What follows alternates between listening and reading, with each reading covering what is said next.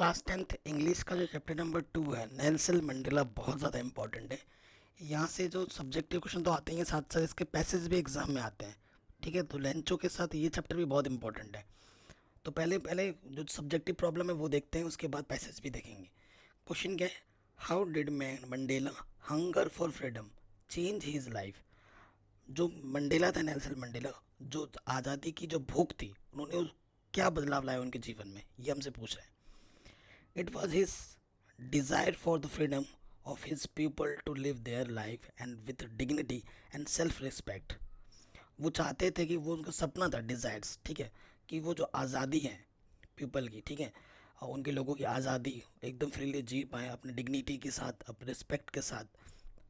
That animated his life, उस उसने उसके उसके जीवन को, उसके लाइफ को, उसके जीवन को एक उद्देश्य दिया, animated life that changed a fearfully young man into a bold one, that drove a law abiding terrority to become a criminal, that changed a family loving husband into a man without home.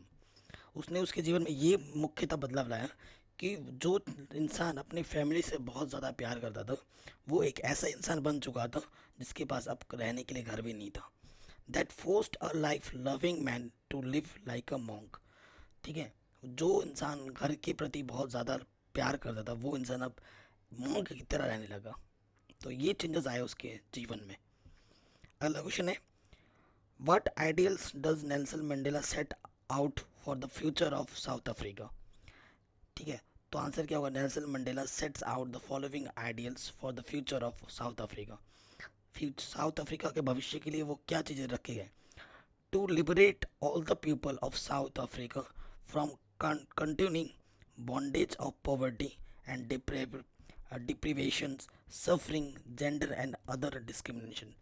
जितनी भी discriminative थे, ठीक है, जाति पाति, बाकी दुनिया, ठीक है, उन सब चीज़ों से लड़ने के लिए उनको मुख्य उद्देश्य देखे गए।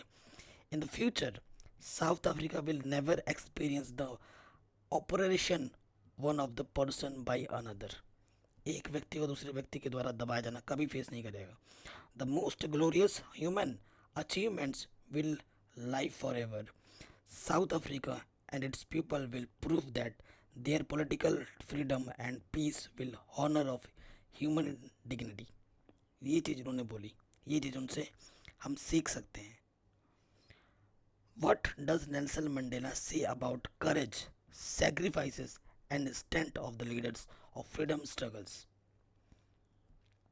ठीक है, तो नेल्सन मंडेला ने क्या कहा था? सेक्रीफाइस यानी कि त्याग, करेज, साहस, स्ट्रेंथ, ठीक है, सेक्रीफाइस, इन सब के बारे में क्या कहा? Mandela thinks courage is not the absence of fear, but courage is the winning over the fear. Courage जो होता है वो विनिंग ओवर द फियर, मतलब साहस, जो भय के प्रति जो एक भय को दबाने के लिए, भय को मिटाने के लिए जो चीज़ होती है, वो करेज होता है। According to Mandela, the brave man is not he who does not feel afraid. Brave man वो नहीं है जो चीज़ों से घबराता नहीं है, but he who wins over the fear, बल्कि वो है जो कि उससे उभर कर सामने आता है। He learn the meaning of courage from his companions who fought the struggle for the freedom. Time and again he has seen men and women risk and give their life for freedom. वहाँ के लोग, आदमी, औरतें, उन्होंने अपने जीवन को खतरे में डालकर फ्रीडम के लिए अपनी जान बाजी पे लगा दी।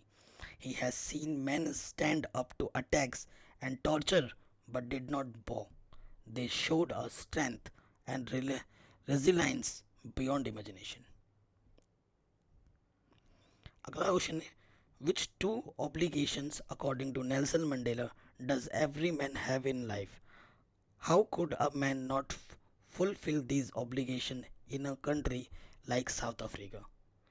So according to Nelson Mandela, every man has the following in two obligation in his life.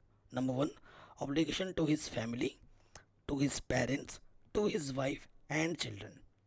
Number second, obligation to his people, his community, his country. ये दो चीज़ें हर इंसान में होती हैं। In a civil and human society, each man can fulfill these obligations.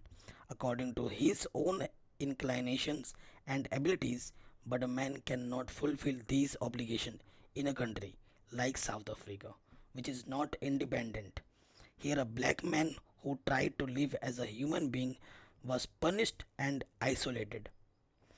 Here, a man who tried to fulfill his obligation to his people was definitely torn away from his family and his home and was sent in jail. तो ये लिखेंगे. तो ये तो questions हो गए जो कि सब्जेक्टिव वाइज आपसे पूछ सकते हैं बड़े मार्क्स में. अब हम पैसेज की ओर जा रहे हैं. ठीक है, पैसेज बहुत ज़्यादा इंपॉर्टेंट है और आएगा ही आएगा.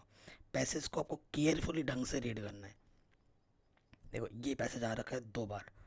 No one in born hating another person because of the colour of his skin, background और हिज रिलीजन. जो व्यक्ति जन्म लेता है ना, वो कभी कलर, स्किन, किसी भी चीज़ की भेदभाव के लिए ये सब नहीं सिखाया था.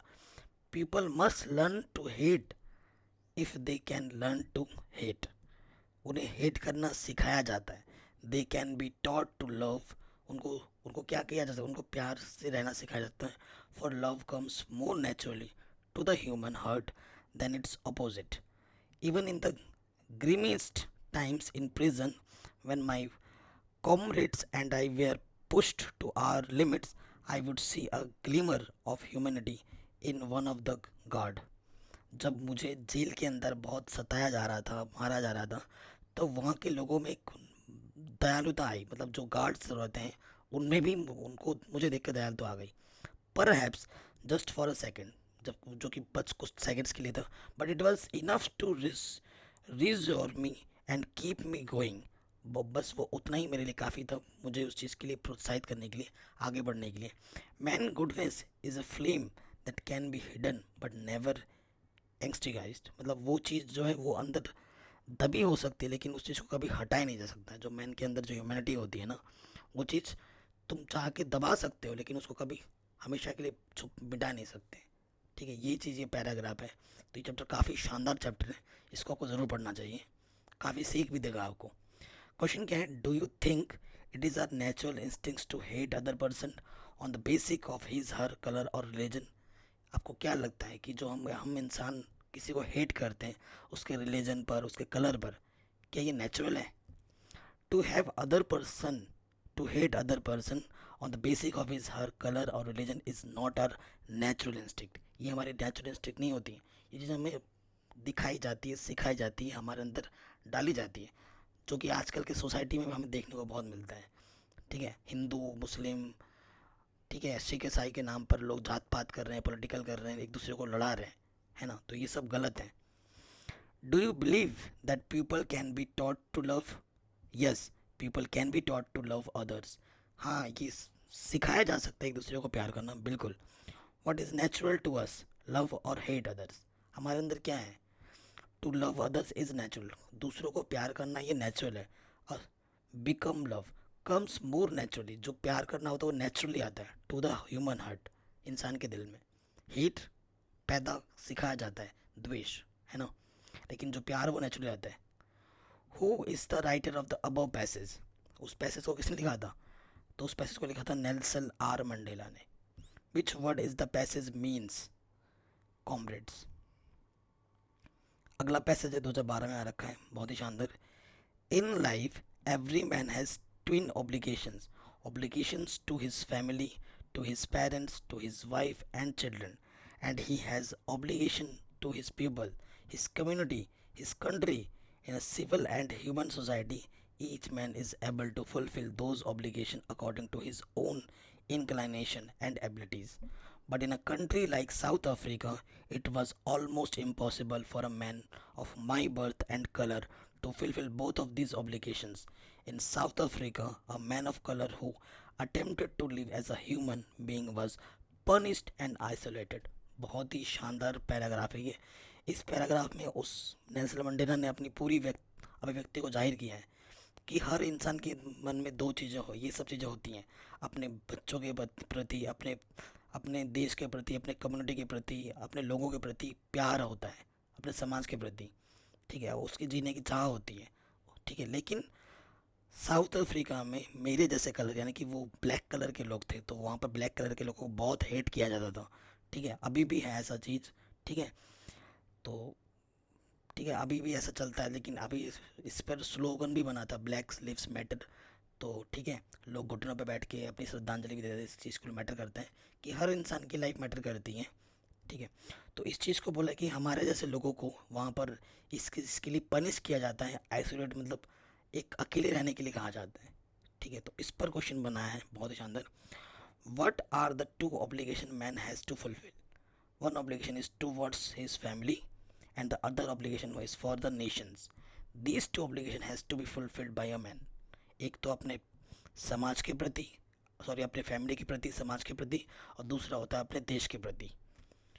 For whom was it not to possible to fulfill both the obligation in South Africa?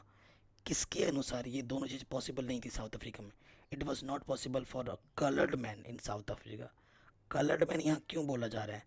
Coloured man का मतलब है black man in South Africa to fulfil both the obligations. ये चीज़ पॉसिबल नहीं थी साउथ अफ्रीका में।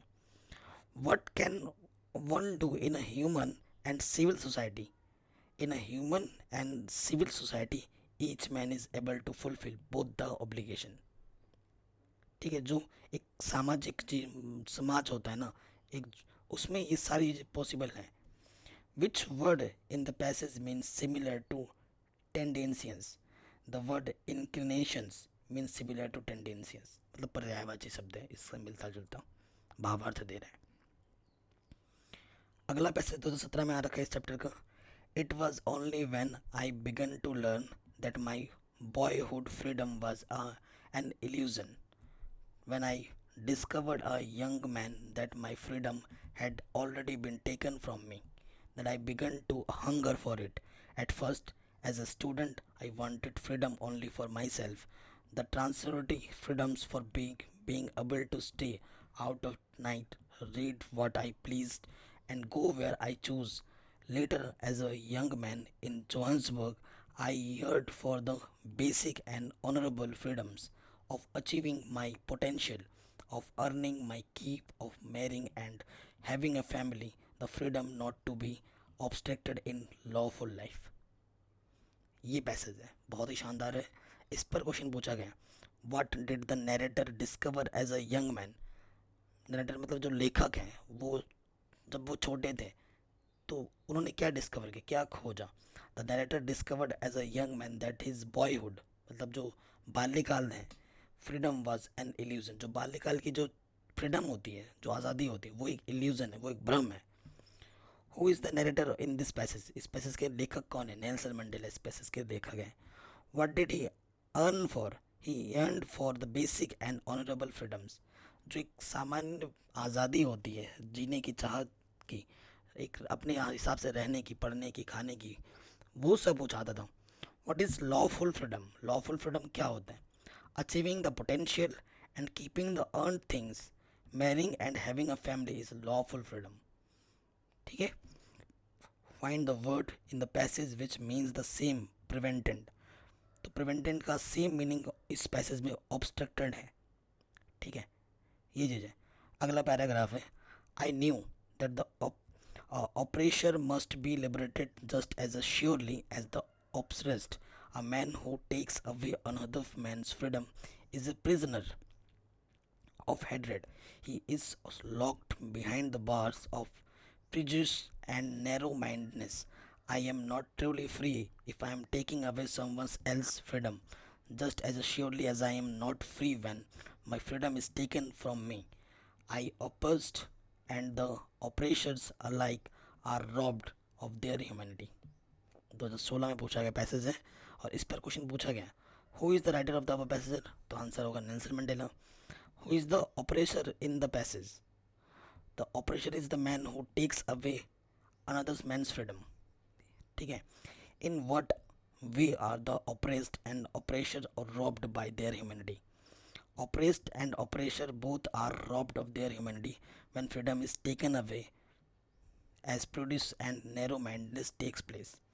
Find a word the passage which means freed. तो इसका आंसर आएगा लिबरेटेड। तो आशा करता हूँ ये आपको पसंद आया होगा, और इस पर बेस्ड क्वेश्चंस आपने किए होंगे। तो इस वीडियो को प्लीज़ लाइक कर देना, डिस्क्रिप्शन पे लिंक्स दे रखा है, उसको ज़रूर चेक कर लेना।